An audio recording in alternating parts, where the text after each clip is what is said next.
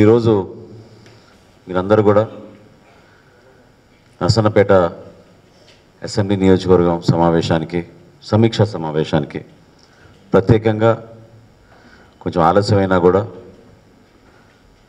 దూరమైనా కూడా ప్రతి ఒక్కరూ హాజరవడం మనస్ఫూర్తిగా మన పార్టీ అధ్యక్షులు పవన్ కళ్యాణ్ గారి తరఫున జనసేన పార్టీ తరఫున పేరు పేరున మీ అందరికీ కూడా హృదయపూర్వకంగా ఆహ్వానిస్తూ నమస్కారం తెలుపుకుంటా ఉన్నాను. అంటే మన కార్యక్రమంలో నిజాయితీ అనేది చాలా ముఖ్యమైన అంశం. ఇక్కడ ఎంత చేసాం, ఎన్ని ఓట్లు వచ్చినాయి,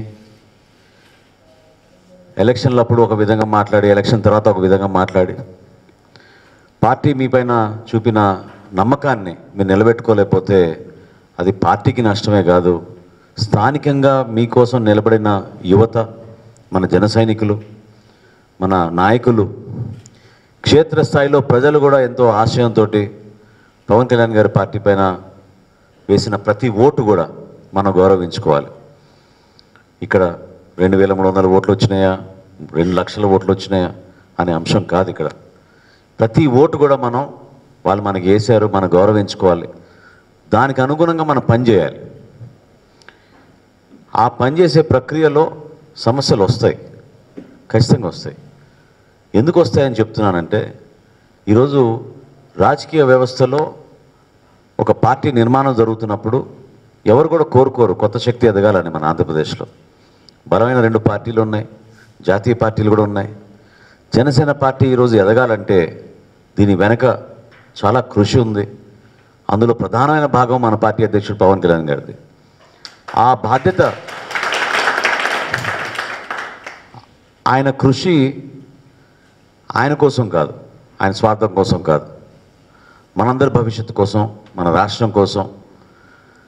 చూసిన పరిస్థితుల్లో తట్టుకోలేక ఎందుకు ఈ వ్యవస్థ ఇట్లా చెడిపోతుంది, కొంతవరకైనా మార్పు రావాలి, రాజకీయాల్లో నేను కూడా ప్రయాణం చేసి నిలబడి సమస్యల పరిష్కారం కోసం అవమానాలు కూడా తట్టుకుని పార్టీని ముందుకు తీసుకెళ్లాలనే ఆకాంక్షతోటి ఆయన జనసేన పార్టీని 2014లో స్థాపించి ఇప్పటివరకు అదేవిధంగా అన్ని విధాలుగా ఆయన సహాయాలు అందిస్తూ యువతకు పెద్దపీట వేసే విధంగా, యువతకు రాజకీయ వ్యవస్థలో ఒక స్థానం కల్పించే విధంగా, వాళ్ళకు ధైర్యం నింపే విధంగా,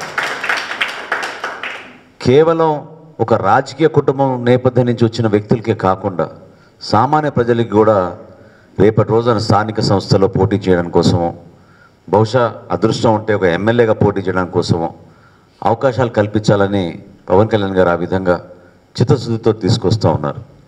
ప్రతి నియోజకవర్గానికి సమస్యలు ఉంటాయి. ప్రతి నియోజకవర్గంలో ఉన్న సమస్యల్ని మనం ప్రతిపక్షంలో ఉన్నాం కాబట్టి రాత్రి తీర్చలేము. కానీ ఆ సమస్యలపైన మన దృష్టి సారించి దానిపైన సమాచారం తెప్పించుకుని అవగాహన తెచ్చుకుని ఒక విషయం పైన బలంగా మాట్లాడితే ఆ ప్రాంతంలో ఉన్న ప్రజలు కూడా మనని అభినందిస్తారు, మనతో పాటు నడుస్తారు. మనం నలుగురం జెండా పట్టుకుని తీసుకెళ్ళి ఒక ఫోటో తీసేసుకుని హడావడిగా వాట్సాప్లో ఫోటో పెట్టేసి ఒక కార్యక్రమం చేసేసాం పార్టీ కోసం అనుకుంటే దానివల్ల ఎవరికి ఉపయోగం లేదు. పర్సనల్గా మీకు కూడా ఉపయోగం లేదు. ఎందుకంటే మీరు 1 గంట 2 గంటల సమయం దానికి వెచ్చించారు, ఏమాత్రం కూడా ఉపయోగం లేదు. కొంతమంది ఇక్కడ పార్టీ కోసం పనిచేస్తున్నాం, మా ద్వారానే సమాచారం వెళ్ళాలి, ఏం చెప్పినా మేము చెప్తేనే నడుస్తుంది అనే అంశం గురించి ఇందాక ప్రవీణ్ ప్రస్తావించాడు. అది కరెక్ట్ కాదు. అది ఎట్టి పరిస్థితుల్లో కూడా మన జనసేన పార్టీలో అంచెలంచెలుగా కష్టపడుతూ పార్టీ నిర్మాణం కోసం కొన్ని కార్యక్రమాలు చేసుకుంటూ వస్తున్నాం. అది కొంచెం సమయం పట్టచ్చు, కానీ పార్టీ నిర్మాణం అనేది ఎప్పుడు కూడా హడావుడిగా జరిగే కార్యక్రమం కాదు. ఇంకా తొందరపడి మన నిర్ణయాలు తీసుకున్నా కూడా అనవసరంగా మనం కొంతమందికి నాయకత్వం ఇచ్చి చేతులు కాల్చుకుంటాం. అది పవన్ కళ్యాణ్ గారి ఆలోచన. దానికి మీరు దయచేసి సిద్ధపడండి. ఎందుకంటే మీరందరూ కూడా అర్జెంటుగా రేపే ప్రకటించేసేయండి ఒక ఇన్ఛార్జ్ అని అంటున్నారు. జరగదు, చేయలేం. ఎందుకంటే 2019 ఎన్నికల్లోనే కొన్ని పొరపాట్లు జరిగినాయి. ఈసారి మాత్రం చాలా సూక్ష్మంగా ఆలోచించి జిల్లాలో ప్రతి ఒక్కరిని జాగ్రత్తగా మనం ఎక్కడి నుంచి పోటీ చేయాలి, ఏ విధంగా చేయాలి, ఈ ఒక అభ్యర్థి మనతో పాటు ఎలక్షన్లో నడవాలంటే ఒక ఎలక్షన్ కోసం కాదు ఆ అభ్యర్థిని మనం ఎంపిక చేసేది. ఆ అభ్యర్థి ప్రతి జన సైనికుడిని గౌరవించాలి, జనసేన పార్టీతో నిలబడాలి. కష్టకాలంలో పార్టీతో నిలబడిన వ్యక్తులనే రాబోయే రోజుల్లో మనం కూడా ముందుకు నెట్టే విధంగా మనం వాళ్ళని నడిపించుకోవాలి. అందులో ప్రతి ఒక్కరిది కూడా బాధ్యత ఉంటుంది. స్థానికంగా మీకు జన సైనికులుగా మీకు బాధ్యత ఉంటుంది, మెంబర్షిప్ చేయించిన వాళ్ళు మీకు కూడా బాధ్యత ఉంటుంది. 50 చేయించినా, 40 చేయించినా, 100 చేయించినా మీరందరూ కూడా వెళ్ళి మీ మిత్రుల్ని కలిసి జనసేన పార్టీలో మీరు క్రియాశీలక సభ్యత్వం తీసుకోమని చెప్పినప్పుడు కొన్ని విషయాలు మీరు వాళ్ళతో ప్రస్తావించి చెప్పుంటారు. ఈ కారణాల వల్ల మీరు పార్టీలో చేరితే మీకు బాగుంటుందని. కేవలం 5 లక్షల రూపాయలు ఏమైనా అయితే ఇస్తామనే కాదు కదా, ఒక నమ్మకంతో. ఆ నమ్మకాన్ని మనం నిలబెట్టుకున్నప్పుడే దాంట్లో ఏమైనా అర్థం ఉంటుంది. కాబట్టి నా రిక్వెస్ట్ ఏంటంటే దయచేసి మీ మైండ్లోంచి తొలగిచ్చేసేయండి. ఇన్ఛార్జ్ ఉంటేనే మనం చేయగలుగుతాం కార్యక్రమాలు, వ్యక్తులతో సంబంధం లేదు జనసేన పార్టీకి. జనసేన పార్టీ బలమైన ఆశయాలతోటి ప్రజల్లో మనం నిజాయితీగా పోరాడతాం, ప్రజా సమస్యలపైన మనం పోరాడతాం. పార్టీ నిర్మాణంలో భాగంగా ఖచ్చితంగా అందరికీ స్థానం కల్పిస్తాం. కొంతమంది సీనియర్స్ ఉంటారు, కొంతమంది జూనియర్స్ ఉంటారు, కొంతమంది పార్టీలో కొత్తగా వచ్చిన వాళ్ళు ఉంటారు, కొంతమంది పోటీ చేయడానికి కోసం వచ్చిన వాళ్ళు ఉంటారు.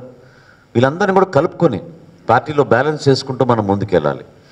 యువతలో ఉన్న ఆదర్శవంతమైన ఆలోచనలు ప్రతి ఒక్కరిలో ఉండాలని అదేమీ రూల్ కాదు. ఇందాక అన్నట్టు కేవలం ఎలక్షన్ కోసం కూడా కొంతమంది వస్తూ ఉంటారు. కానీ మీరందరూ కూడా కష్టపడి పార్టీని మోసారు కాబట్టి, పవన్ కళ్యాణ్ గారి సిద్ధాంతాలు చూసి మీరు పార్టీలోకి వచ్చారు కాబట్టి మిమ్మల్ని గౌరవించే విధంగా, పార్టీ కార్యక్రమాలు చేసుకునే విధంగా మన అందరం కూడా నిలబడాలి. కేవలం ఎలక్షన్లప్పుడు వచ్చి ఉపన్యాసాలు ఇచ్చేసి ముద్దులు పెట్టి పాదయాత్రలు చేసి అద్భుతమైన మార్పు వస్తుంది మీ జీవితాల్లో అని చెప్పిన వ్యక్తులు ఈరోజు ముఖ్యమంత్రులుగా మారారు. 151 స్థానాలు ఇచ్చారు మన రాష్ట్ర ప్రజలు. కానీ ఎంత నష్టం జరిగిందో మన రాష్ట్రానికి మీ అందరికీ తెలుసు. ప్రత్యేకంగా మత్స్యకారులకు ఏ విధంగా నష్టం జరిగిందో మీ అందరికీ తెలుసు. అన్ని రకాల మాటలు చెప్పారు. ఈరోజు మత్స్యకారులకి కనీసం వెల్ఫేర్ స్కీమ్స్ లేవు, సబ్సిడీస్ లేవు, వాళ్ళ బిడ్డలు చదివించుకునే పరిస్థితి లేదు. సముద్రంలో వేటకెళ్తే పాపం ఎవరన్నా మరణిస్తే ఆ కుటుంబాన్ని ఆదుకునే నాదుడే లేదు. ఏ గ్రామాల్లో చూసినా కనీసం మౌలిక సదుపాయాలు లేవు, మంచినీటి సదుపాయాలు లేవు. ఎక్కడ పోయినా కూడా ఉప్పు నీరు గురించి మాట్లాడుతున్నారు మీ అందరూ కూడా. ఎందుకు శ్రీకాకుళం జిల్లాలో ఇటువంటి సమస్యలు ఉండాలి? ఎందుకు ప్రతి ఒక్కరూ వలసల కోసం వెళ్ళిపోవాలి మనం ఉపాధి అవకాశాల కోసం? చివరికి చదువుకోవడానికి కూడా మనం వలసలకు వెళ్ళిపోవాల్సిన అవసరం ఏమొచ్చింది? ఇది మీరందరూ ప్రశ్నించాలి, నిలదీయాలి. ఎందుకంటే ఈ నాయకులు కేవలం వాళ్ళ ఆస్తుల కోసం, వాళ్ళ కుటుంబాల కోసం వాళ్ళు నిలబడ్డారు. 2 జిల్లాల్లో కూడా, విజయనగరం జిల్లాలో అదే పరిస్థితి, శ్రీకాకుళం జిల్లాలో అదే పరిస్థితి. సంవత్సరాలు వీళ్ళు మంత్రులుగా నిలబడ్డారు పెద్ద పెద్ద శాఖలకి. ఎందుకు ఈ ప్రాంతానికి ఆ నిధులు తీసుకొచ్చి ఉపయోగించలేకపోయారు? ఎందుకు ఈ ప్రాంతాల్లో పెట్టుబడులు రాలేదు? ఎందుకు మనకి ఇండస్ట్రీస్ వచ్చి మనకు ఉపాధి కల్పించలేకపోయాం?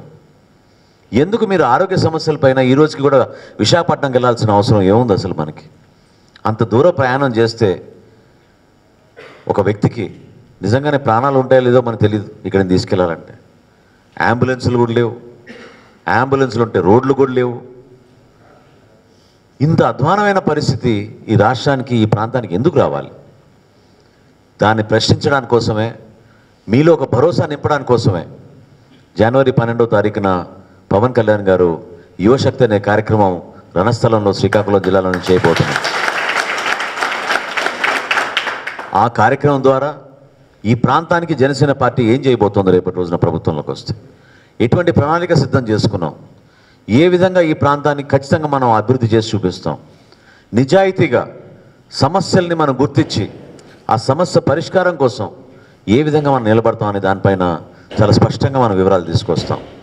అదేవిధంగా మీరందరూ కూడా ఇతర ప్రాంతాలకి ఉపాధి కోసం వెళ్ళాల్సిన అవసరం లేకుండా ఇక్కడే మనం కొన్ని చక్కటి కార్యక్రమాలు చేసి ఆ విధంగా మిమ్మల్ని ఇంకా ఉత్తేజపరుస్తూ చదివించే పరిస్థితిలో ఉండాలి. మీరు మన గ్రామాల్లోనే ఉండాలని మీ అందరూ కోరుకుంటున్నారు. ఇది చాలా జిల్లాలతో పోల్చుకుంటే మీకు ఎక్కువగా ఉంది అభిమానం. మన ప్రాంతంలోనే, మన జిల్లాలోనే ఉండాలి, మన ఇంట్లోనే ఉండాలి, మన గ్రామంలో ఉండాలి. అది ఎందుకు కోరుకుంటున్నారంటే ఇక్కడ ఉన్న వనరులు, ఇక్కడ ఆ విధంగా ప్రకృతి మనం ఆశీర్వదించింది, అద్భుతమైన వనరులు మనకు ఉన్నాయి. అటువంటి వనరులు కూడా మనం ఉపయోగించుకోలేకపోతే ఏమైపోతుంది ఈ ప్రాంతానికి? కాబట్టి మనం ఏదో ఈ రోజున వంశధార గురించో, లేకపోతే డంపింగ్ యార్డ్ గురించో, లేకపోతే రోడ్ల గురించో, కాలువల గురించో, సాగునీటి గురించో ఏ విధంగా మత్స్యకారులు అన్యాయం గురైపోతున్నారు, ఏమాత్రం సహాయం అందించడం లేదో, ఇవన్నీ కూడా మనం జిల్లాను ఒక యూనిట్గా తీసుకుని మన సమస్యల గురించి మనం మాట్లాడుకోవచ్చు.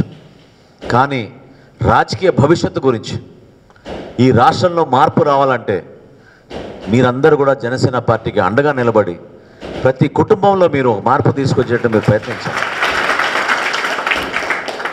ఆ మార్పు రావాలని కోరుకుంటే సరిపోదు, దానికి ఒక ప్రణాళిక ఉండాలి. నర్సన్నపేటలో కూడా మీరు ప్రత్యేకంగా ఆలోచించండి.